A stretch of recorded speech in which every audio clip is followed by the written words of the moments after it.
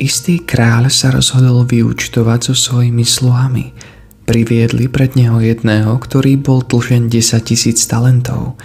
Ale pretože to nemal skadiaľ vrátiť, pán rozkázal predať jeho a jeho ženu, aj deti i všetko, čo mal, a dlh splatiť. Vtedy mu sluha padol k nohám a na kolenách ho prosil: daj mi viac času, pane, a všetko ti vrátim.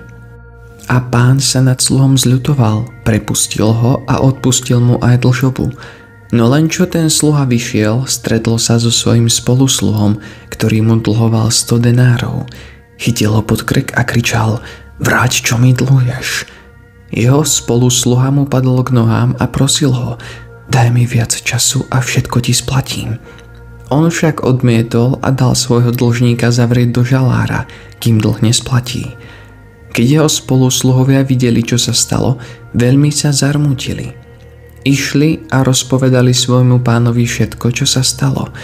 A tak si ho pán predvolal a povedal mu: zlý sluha, ja som ti odpustil celú dlžobu, pretože si ma prosil.